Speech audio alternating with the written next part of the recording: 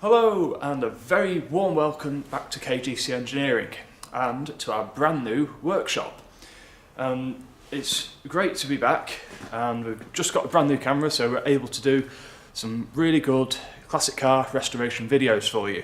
And today I'm going to show you a little bit about how we do some of our welding repairs to a 1972 MGB-GT.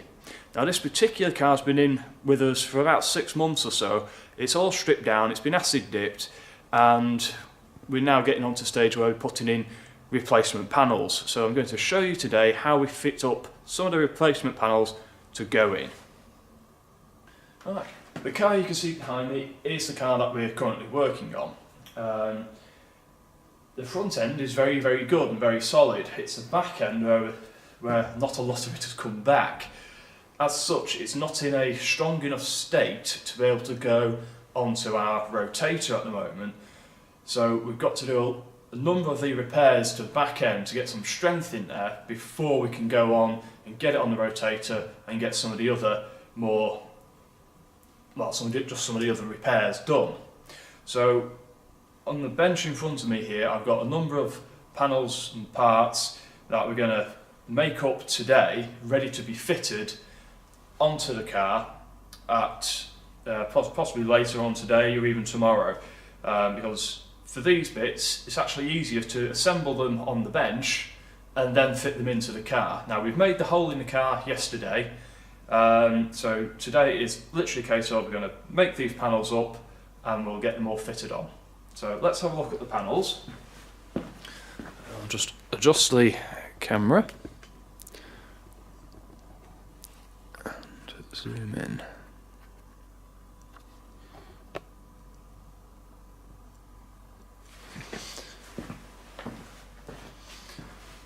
So the panels we're going to fit today is the rear chassis leg for the right hand side of the car. Now it comes in two parts. You've got the main chassis leg itself, complete with the tubes for the bumper iron holders and the rear shackle for the rear springs, and then you've got the cover panel with the three holes in it which match to go on top of it, and it does quite literally just sit on top and slot into place, and that's it there. But obviously that's not a good enough repair just like that, because we've not welded it together. But so what we do here is we'll mark out the cover panel for where it matches the flange on the main chassis part, and we'll then drill a series of holes in this cover panel ready for us to then put some plug welds through, which is a modern equivalent of the spot welds which we'll use. We don't have a spot welder, otherwise we would use it. But we're going to do plug welds. They're just as good, just as solid, and then whilst it's on the bench we can tidy it up really nice so the repair is there, but it's not as noticeable. But then once we've got that all together, we've then got this panel which goes in to the inner wing, and this also attaches to this the right way up on there, so we can actually fit this panel on as well whilst it's on the bench, because it's a lot easier. And we can get some nice clean welds in there. We can get it all nice and tidied up, so these three pieces can then go in as one unit at the appropriate time, which will possibly be later today, possibly tomorrow morning, and that will then be that side done. So the first job we're going to do is we're going to get some clamps, and we're going to clamp the cover panel to the main chassis leg. Once it's all located with the tubes through the holes, so it's on there, you can then just clamp it in place. It just makes it a little bit easier to mark up the ends of things, and it just sort of holds it all in place a little bit. So just pop that one on there, and then do one the other side, further up. just means we can get a better amount of accuracy on it to do the repairs we need to do. That's a bit loose, so just nip that one up. They don't have to be dead tight at this particular moment in time, because all we're doing is just going to take a marker pen and just mark inside on the underside of the cover panel where the flanges, the inside edge of the flange is on the chassis, because this just gives us a bit of an idea of what we're looking at. Now, I'll be able to see it, but you probably won't be able to see the marks that I've made with the marker pen because it's a black colour, but it is on there. So I can now take the clamps off, pull it off, and I've got 4 marks on each end. Well, 2 marks on each end, 4 in total. So the only other thing I need to do now is measure the width of the flange on the chassis panel, both sides, and then I can make a nice mark all the way along the inside of the cover panel, and that tells me where the boundary is to mark up, you know, how far over I can go to mark up to drill the holes. So I'll do that now.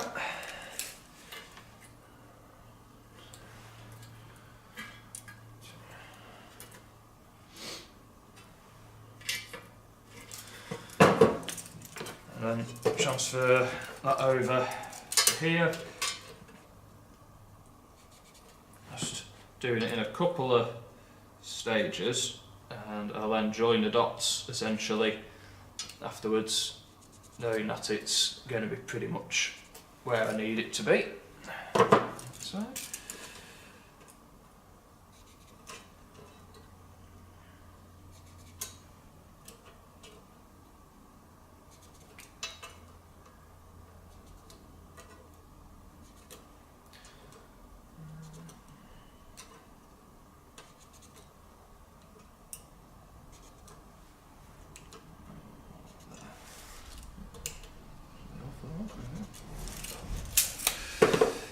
And if you're quite skilled and clever, you can arrange your hand so it follows the profile of the cover panel at the fixed point. So you can quite literally just join the dots. Doesn't have to be perfect because nobody's going to see it.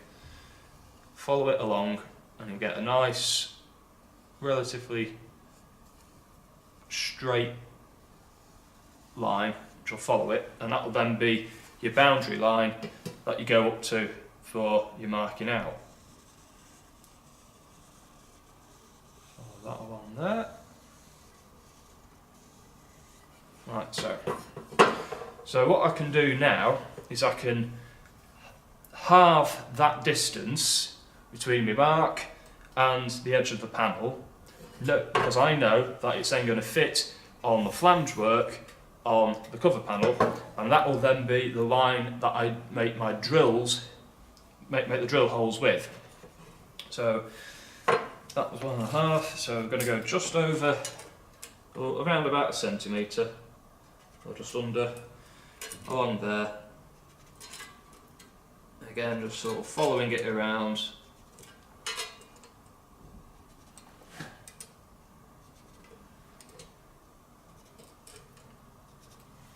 Same the other side.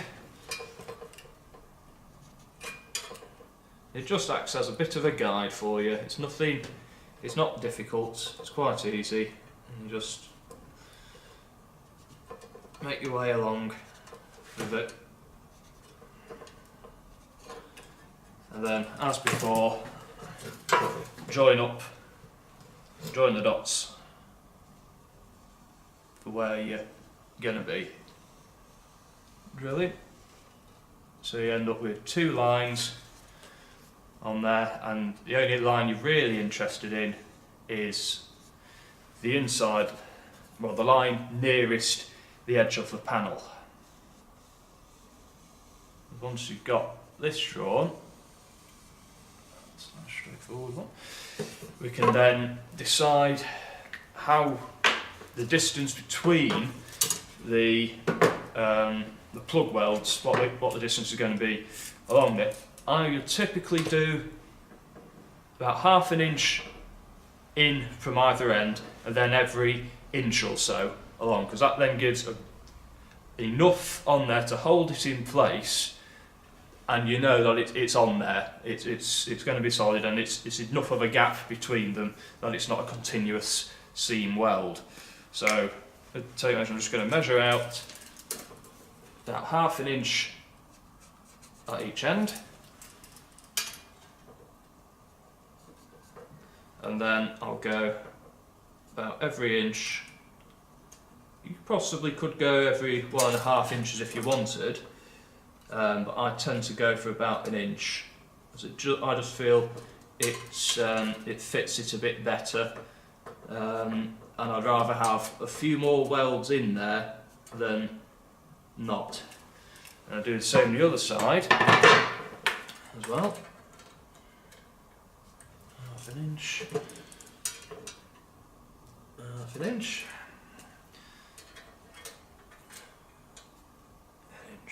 There.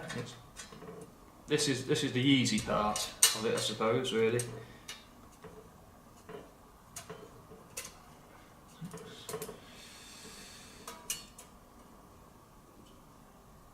I'll come back to that little recess bit in a minute.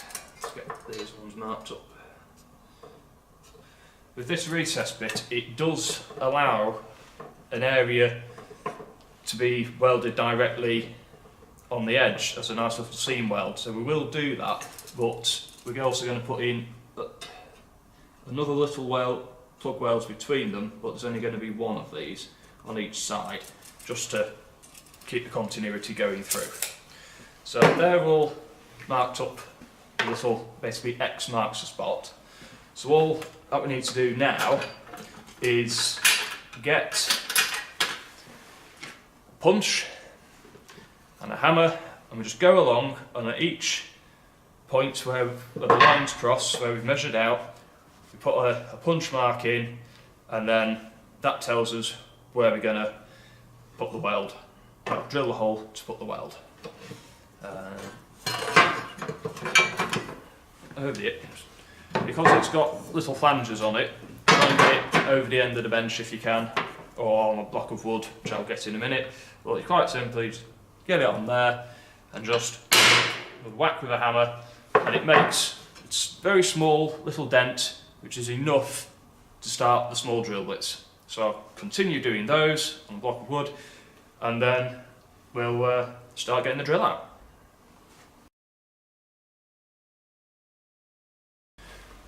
So now we've got all the marks laid out, they've all been centre punched. So these are now ready to start off, now start drilling all these out.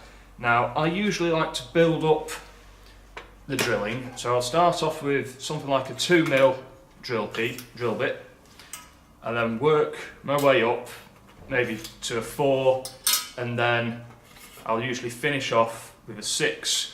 Well, I think with this one I might go with a 7, because you don't want anything that's too wide, so it's going to be too close to the edge of your piece of material, but you also want enough in there so that you can get a decent enough weld. Now if you've not done this before, go for the bigger piece, have a practice, get used to it. Because I'm quite used to doing it, because I've done it enough times, I'm going to go to 6.5, and that should be big enough. Once I've drilled the hole, I might think, oh, actually it's a bit small. I will open it up a bit more, and I can always go bigger. It's easier to go bigger than it is smaller when you're drilling holes. So what I'll do is I'll get this all clamped up. I'll get the drill set up, and I'll get it all. We can then get it all drilled. All right. So I've now got the cover panel ready to be drilled. It's all clamped up. Now when you're drilling, it's important to make sure you wear some safety goggles, and if your drill is loud like mine, make sure you've got some ear defenders on as well. So I'll drill the pilot holes, and then we'll start opening them out to the slightly larger ones. Now, all the pilot holes are now drilled, so now I'll go on and just put the 4mm drill bit through them all to open them out a bit more, and then we'll move on to the 7mm. Not 7mm, 6.5mm.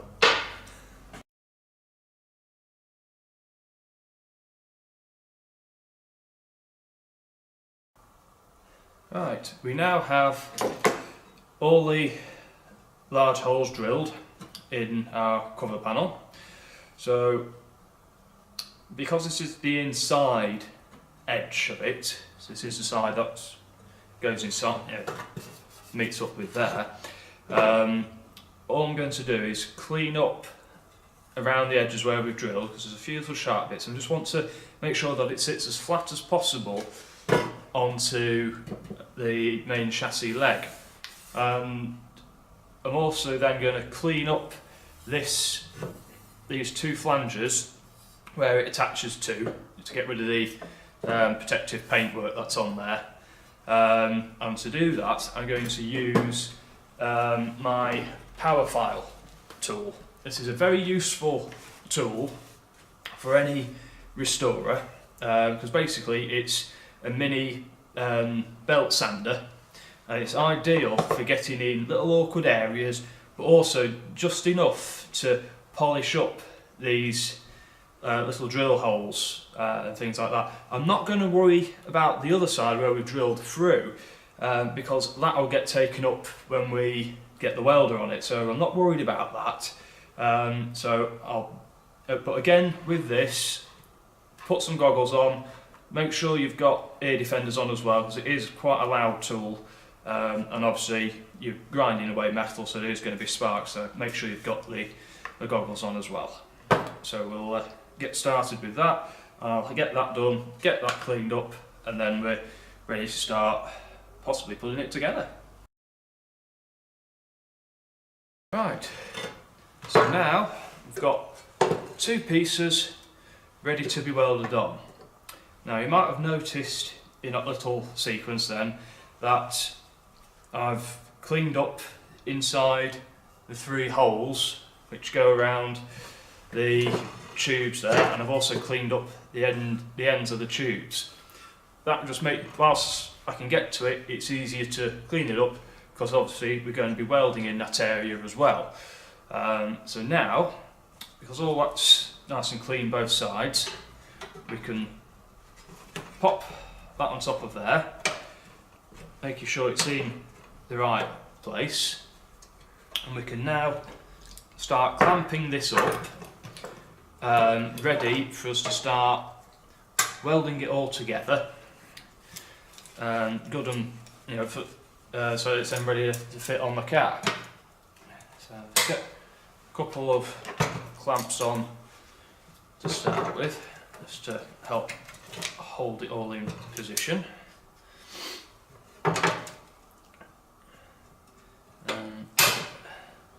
What will hopefully become evident is that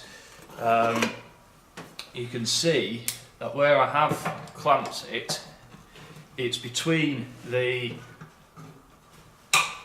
gaps where we've drilled, so it's in the gap between. I'll just zoom the camera in a bit and hopefully be able to see that a bit better, and then reposition a bit more.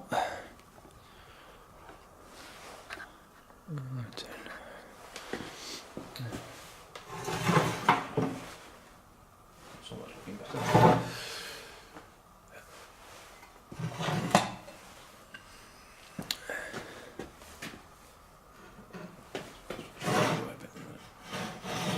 There we go. Get there eventually. Joys of a new camera, not quite sure how it all works still. So yeah, so I'm basically clamping up between the drill holes, and I'll do a few at a time. So I'll clamp up the very ends.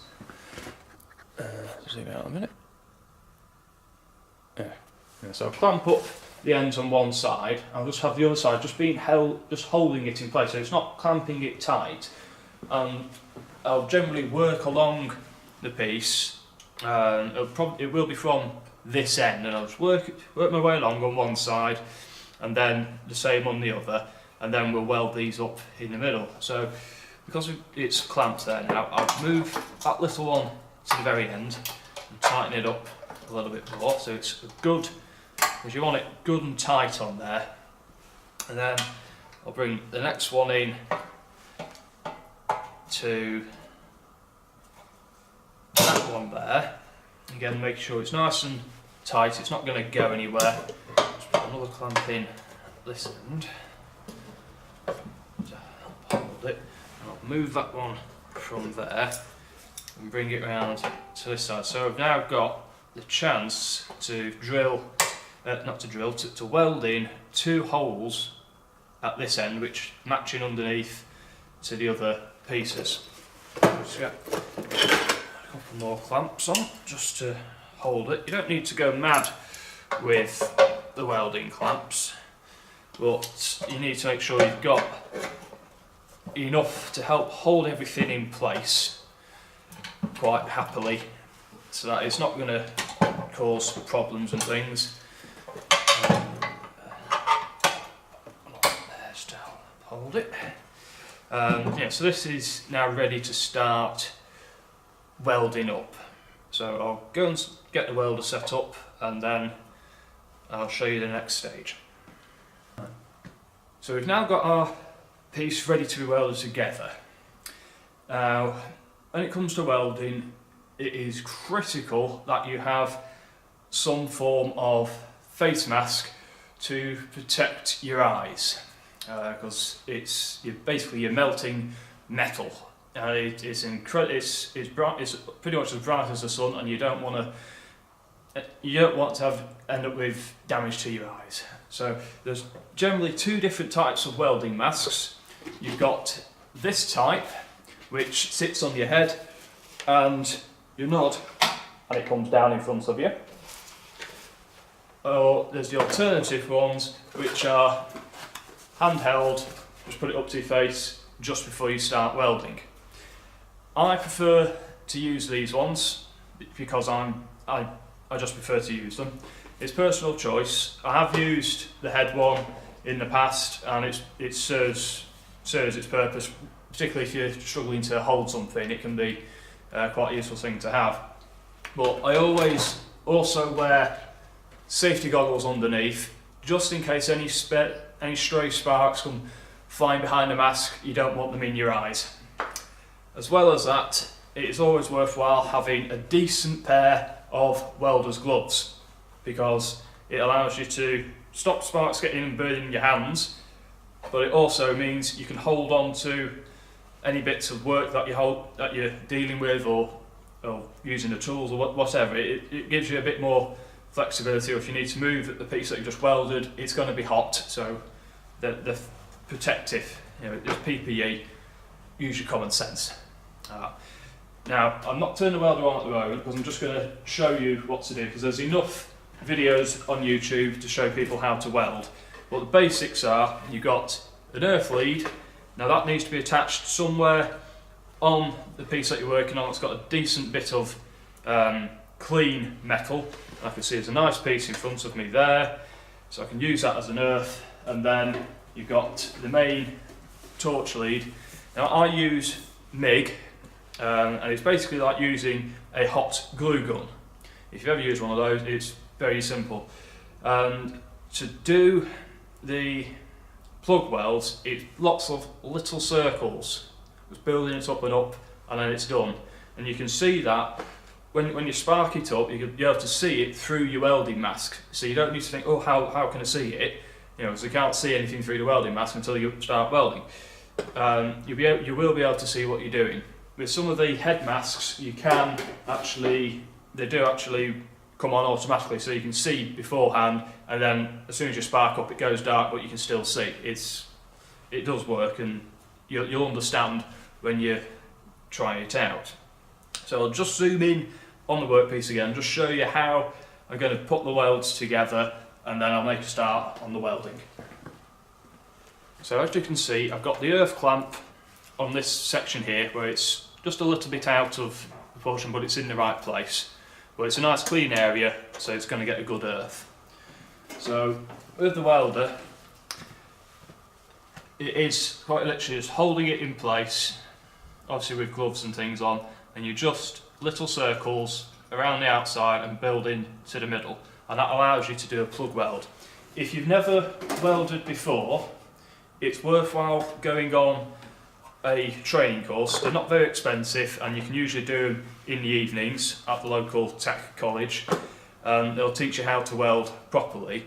If you're not interested in going on a course, find some bits of scrap to have a practice on, because the last thing you want to do is just jump straight in and think, all right, yes, I've seen a couple of YouTube videos, I know how to weld, and you end up making a mess of the job on your car, and it looks awful, and you won't ever be happy with it. So make sure you do have a little bit of a practice if you've never done it before, and just go from there with it. So I'll now fire up the welder.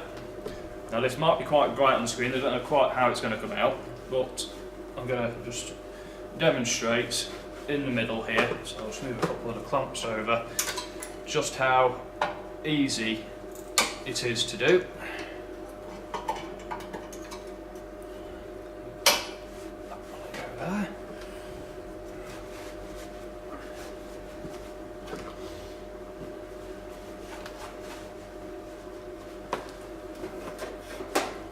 Goggles on, welding mask at the ready, gloves on, and then it is quite literally just make sure it's working first, and then get it down, and hopefully it'll spark up.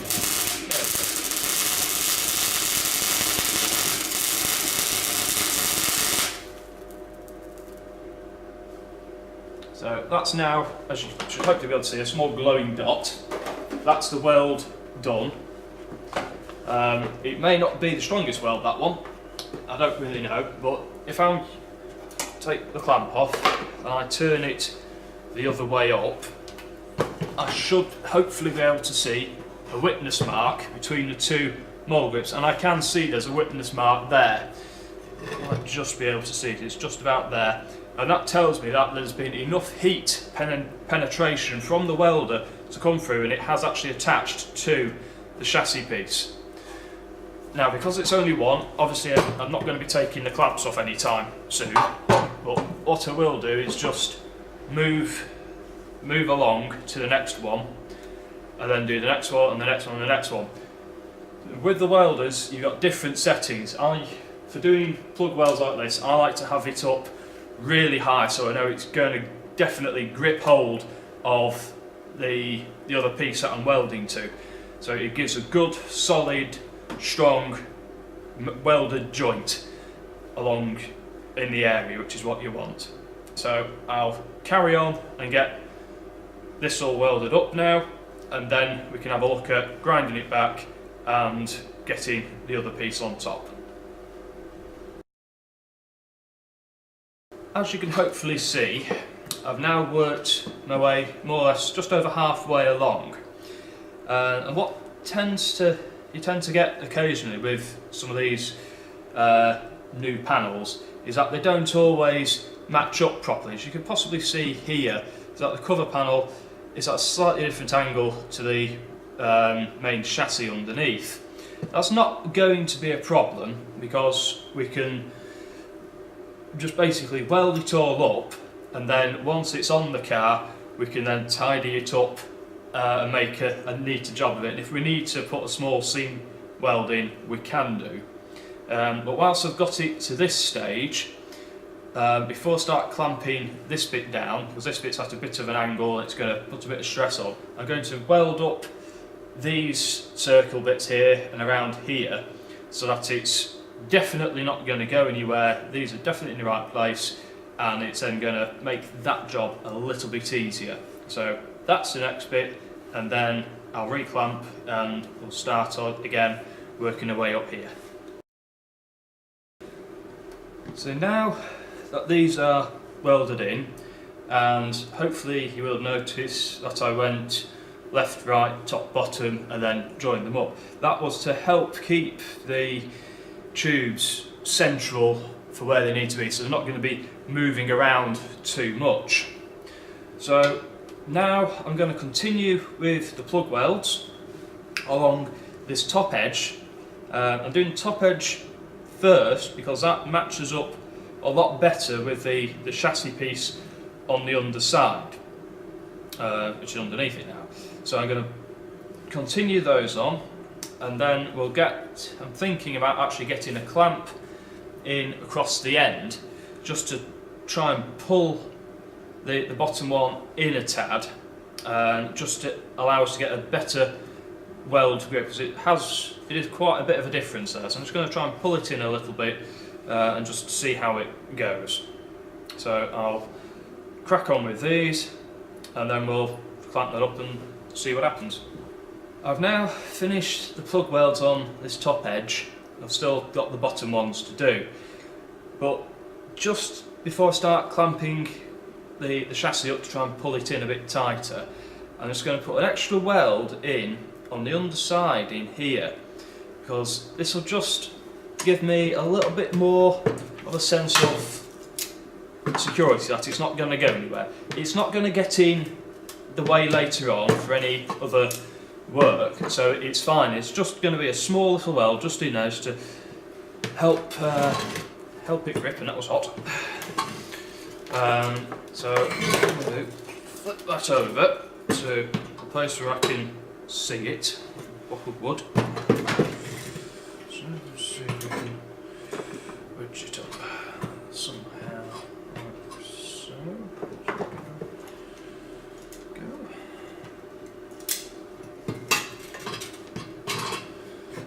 This is where nothing behaves itself.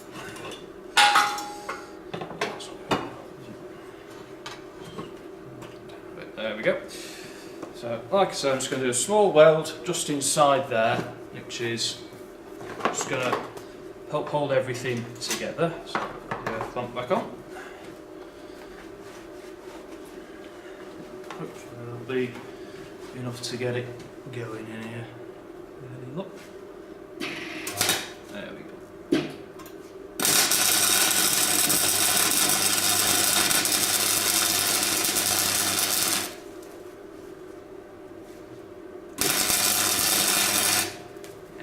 So that's just a nice little weld in there, just basically as a security tack, just to help the plug welds that we've just finished.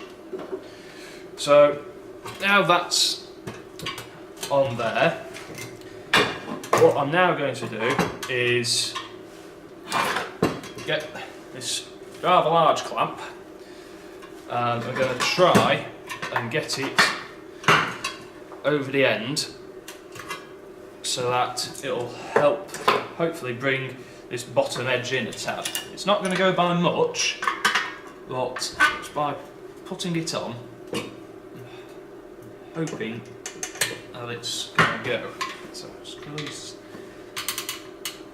that one, put one back on there. So it's not moved by much, so I'll just open it up, push it back in, and then, yes, I'm much happier with that now. That has moved up quite a lot actually, which is good. So I'll now quickly clamp that up in place, so then we can get the welder in, we can get the rest of these plug welds done, and I'll do like I've just done there on the inside. Once I've got to the end, I'll put in another tack weld just to help hold it all in place, because it's just going to help us along quite a lot there. So I'll quickly get that done, and then we'll be ready for grinding.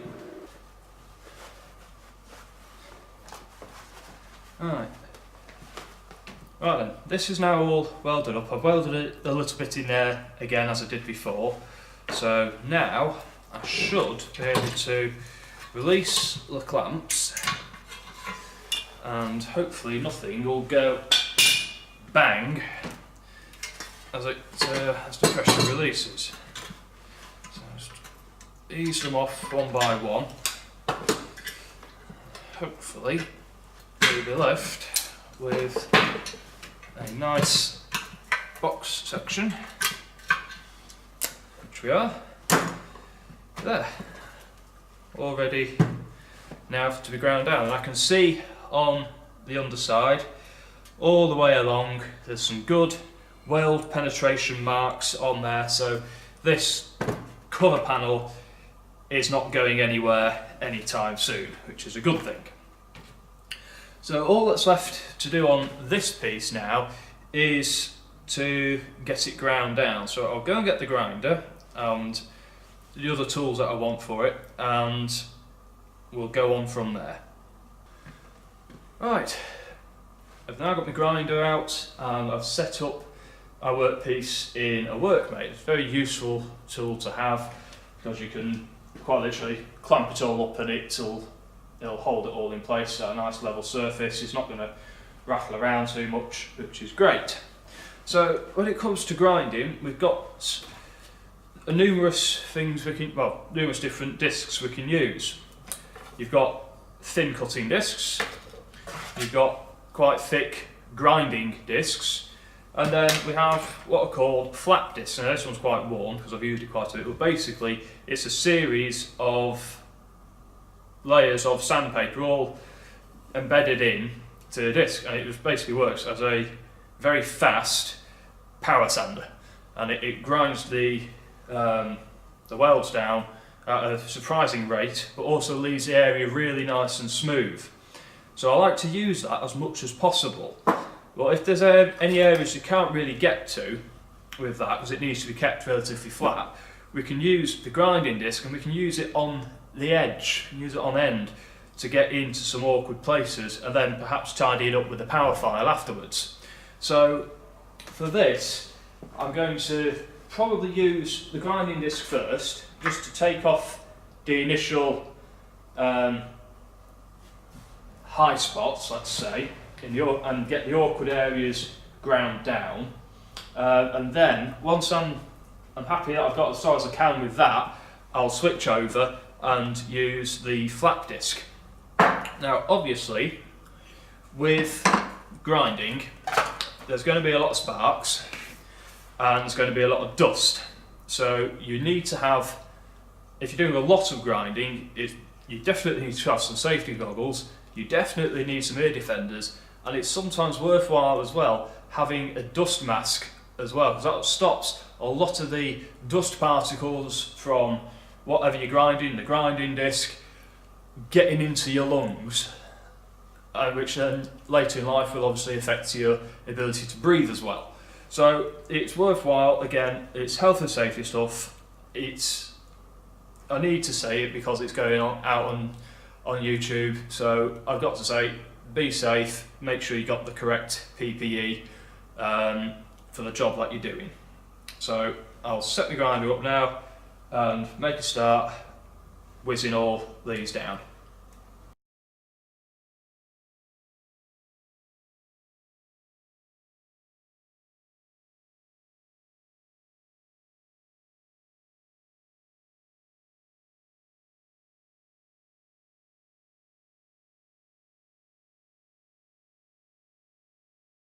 So this is now done in the main, and you've probably noticed I've cleaned right back on this top edge so that we can fit the other panel, which goes that way around, onto there in the exact same way we put the top panel on. We can now get ready to mark this up, drill it, and it will all be ready to then be plug welded in, and then once again we'll get in with the grinder and the power file and we'll get it all nice and tidy, and then this whole assembly then is ready to go on to the car, which will be a great step forward. So whilst we've still got this workmate available, I'm going to use that more with this other panel. So I'll put the chassis to one side, because with these you can actually wind the bench in and out. It makes it a lot easier at times to do certain jobs, and this is certainly one of those jobs where you've got things on a really awkward side in some ways. This just allows you that bit of flexibility to be able to grip, to be able to mark it up easily, because it's not flapping around all over the place, you're not trying to get it in an awkward place. And I can mark it, I can probably even drill it all off this one bench. It's a wonderful thing. So let's get the tape measure, the marker pen, and let's get marking up. And just as before, we'll go that 1/2 inch from each end,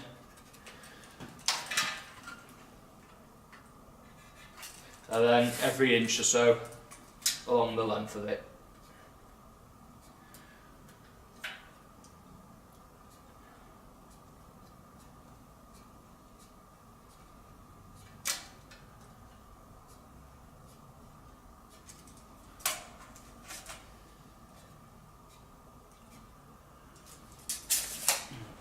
With those across the whole length of the flanged area, because we don't need to measure the far width of it because it's already there for us, it's part of that. So all we'll need to do is measure approximately halfway and then put our centre guiding line along it.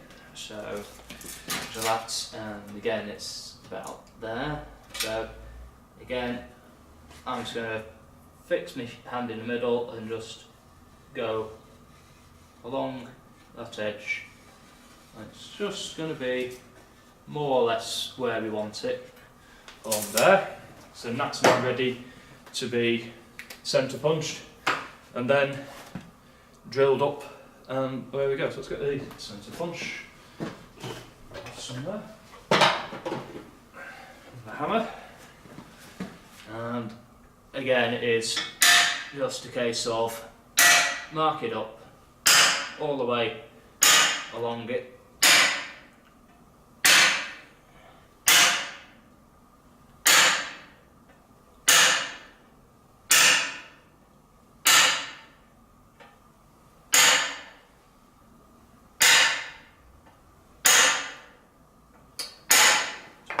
Rescue the panel because we've hit it and it's gone down underneath. Let's tighten that up again. Two more. 1, 2. Right. Out with the drill, and I'll get those drilled. So what I'll do is I'll get those drilled. I'll mark up the other edge as well, because we actually want to do 2 edges on this one. We've got this edge here to do as well, because this edge goes against the inside wheel arch at the back. So this wants marking up for drilling and welding through. We might end up welding it from both sides with this as well. Have to see how it goes on, but if we can get it drilled, at least I know we can weld it in from this side as well as the far side, the underside of the wheel arch if I need to. So I'll get all that drilled, and then we'll be ready to start putting it onto the other piece. Right, so I've now drilled all the holes in this piece, so it's ready to now be clamped up and fitted onto here. Now before I do that, I'm just going to open up the little flanges on each end, because these ones here attach to the rear valance, and this one also attaches to the inner wing. So I'm just going to open up just a tiny bit, just to make it a bit easier to get this piece to slot in. It does go in, but it makes it a little bit easier to just open up one end of the other, and just do that easy. Just a pair of mole grips, and just go hold and just ease it up, just a tiny amount, because we can always set it back in again later. So that now goes in there quite happily, and I know from experience that the top of all these 3 pieces, so the main chassis, the cover panel for the chassis and this piece, all meet up together in a nice line along the top. So because we've got this out of the car at the moment, we can actually get all of this clamped up nicely along that top edge, so we know it's going to be a lovely fit inside. So the clamps again, And I'll quite happily just put it in somewhere just to hold it for a minute while we get some more out. And just clamp it up so it's not going to go anywhere. And whilst you've got one in, you can adjust it a bit easier as well. Another one in down here. Act as the I mean, it's never going to line up perfectly with the others. It's never going to do that, so don't expect it to do so. But do expect it to be able to line up significantly enough that it is, going to be a nice enough match on there, ready to seam seal at a slightly later date. That little one just won't quite make it in the corner there. It will if we go about there with it.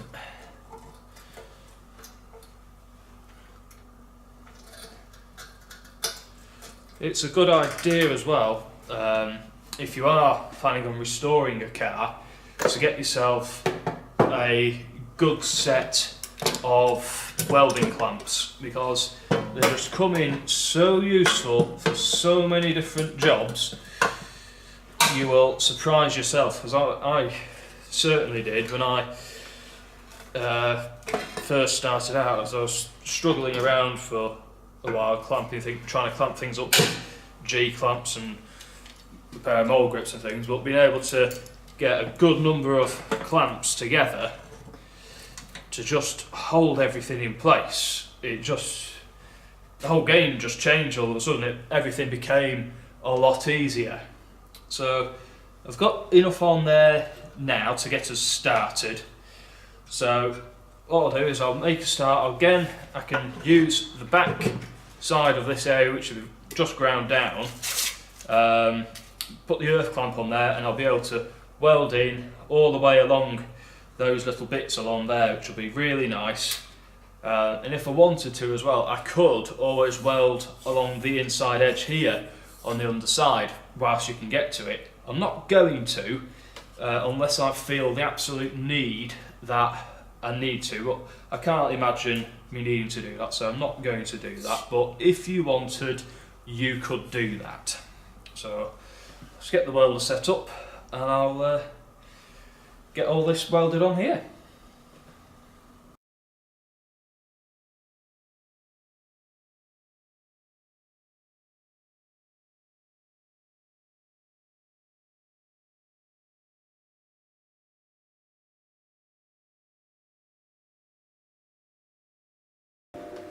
So that's all of those welded onto there. So hopefully I'll be able to lift all it up, there we go, in one piece. So that's all that welded on there quite nicely.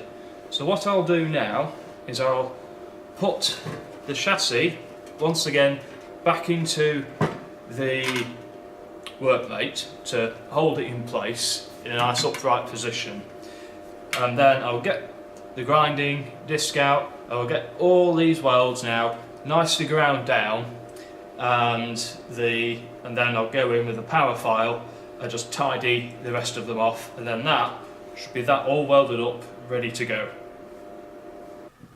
So as you can see, I've now got all the bits into the workmate, because it's going to hold it nice and steady. You can feel it's solid in there. And I'm going to start with the main actual grinding disc, because I can't quite get in there enough with the flat disc to get it down at a nice level. And then once I've got it with that, I'll just go in afterwards and tidy it up with the old power file once again, and then that should be that lot ready to go.